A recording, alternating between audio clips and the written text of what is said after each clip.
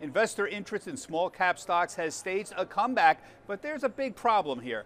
40% of the companies in the small cap Russell 1000, Russell 2000 are unprofitable. How do you invest with profitable small caps? Is it desirable? Let's talk with Paul Baiocchi. He's the chief ETF strategist for ALPS, who manages the ALPS O-Shares U.S. Small Cap Quality Dividend. The symbol is OUSM. Also joining us, Mike Akins from ETF Action. Paul, you heard me, 40% of the Russell 2000 unprofitable. How do you weed out those unprofitable companies? Well, what OUSM does is it takes a universe of, let's call it 2,500 stocks after the top 500, and then starts to cull them down to an investable list of companies who drive profits without excess leverage, pay dividends, grow their dividends, and have well-covered dividends. So ROA, net debt to EBITDA for the first part, profitability without excess leverage, and then things like dividend growth, dividend coverage, and dividend yield to ensure that the companies that you have are not only paying dividends, but have dividends that are well supported by fundamentals. And then finally, a low volatility screen. So the idea is quality companies that pay and grow their dividends, and importantly, have less volatility than their peers. So your high quality, high dividend yield. I also notice low volatility is a component here. You tend to weed out the banks, which seems to be good on this.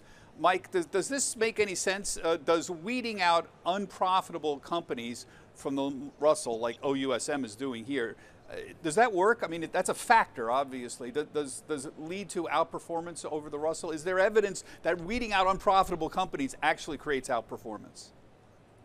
So I think outperformance depends on your time period, right? So I think absolutely, if you take something like OUSM, in today's current environment, it's led to significant outperformance over the last several years. Just looking at OUSM versus the Russell 2000, or looking at it versus the S&P 500, S&P 600, small cap securities, it's led to a significant amount of alpha. But that is, to your point, is a factor, right? We have been in a quality market. Those funds with higher quality balance sheets, and I think what Paul did a great job explaining there was those quality factors. So before they go and look for that yield, they ensure that these securities have quality factors. It's going to work.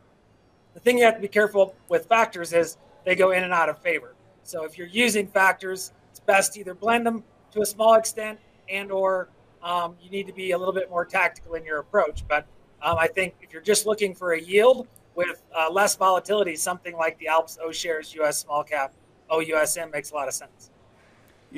So Paul, I noted before that one of the things that happens here is financials, particularly small cap banks, is a very big part of the Russell 2000. A lot of this seems to get factored out in OUSM here. I'm looking at your largest holdings. I see TradeWeb, I see Juniper Networks, I see Old Republic, I see New York Times, I see Primerica. Not a lot of banks in here. That's deliberate, right? I mean, that's one of the things that happens when you add these factor overlays, right? Yeah, it's not deliberate in the sense that they came up with a methodology and said, how do we exclude regional banks? It ultimately is a product of that screening process, which you laid out, Bob. And I think to just push back a little bit on Mike's point about factors working sometimes and factors not working sometimes, I think philosophically what OUSM does is it allows advisors and investors who have seen small caps go sideways for 5 years to be allocated to a category that's lagged. If you look at the Russell 2000 divided by the S&P 500, as cheap as it's been going back to the dot-com era, they want to be allocated to a category, but they don't necessarily want full beta. And what OUSM has been able to do historically is avoid the drawdown. So we talked about it on the linear side, Bob, where you've got this drawdown in COVID. OUSM doesn't participate fully in it. You've got this massive rip your face off rally out of that COVID bottom. OUSM doesn't fully participate in that. And then at the end of 2021, small caps begin the process of drawing down again. And OUSM's drawdown avoidance has led to compounded outperformance. So in many ways, advisors, investors using ETFs have typically just defaulted to the Russell 2000 or S&P 600. And they've basically resigned themselves to the fact that by being in the Russell 2000, I'm just going to have to take the good with the bad. I'm going to have some good companies, some of which you listed, but I'm also going to have to take on that 40% of the index, which doesn't make money. And with OUSM, we're saying you don't have to.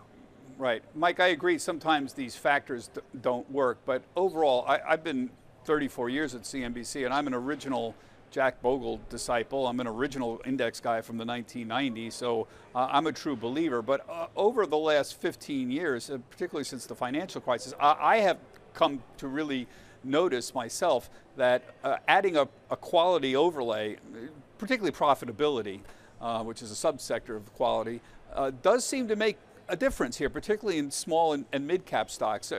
Do you notice this, or am I hallucinating a little bit here?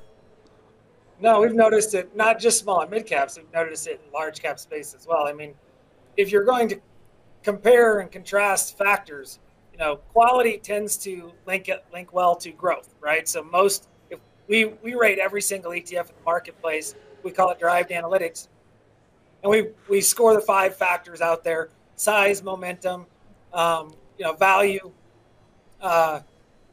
quality, and volatility. And if you look at quality, the firms that have the ETFs that have the highest quality score tend to also have the highest growth score, right? So the S&P 500 growth ETF or growth index has one of the highest quality scores in our entire U.S. list of ETFs. And it's been a growth market, and a big part of that growth market has been size, right? I think that's a big under component here. Growth companies tend to be much bigger in market capitalization.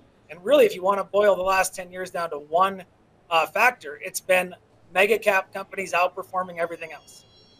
Yeah, it's true. And you can get a little caught up in this. Small cap value has probably less profitability than small cap growth. So you can go around on this.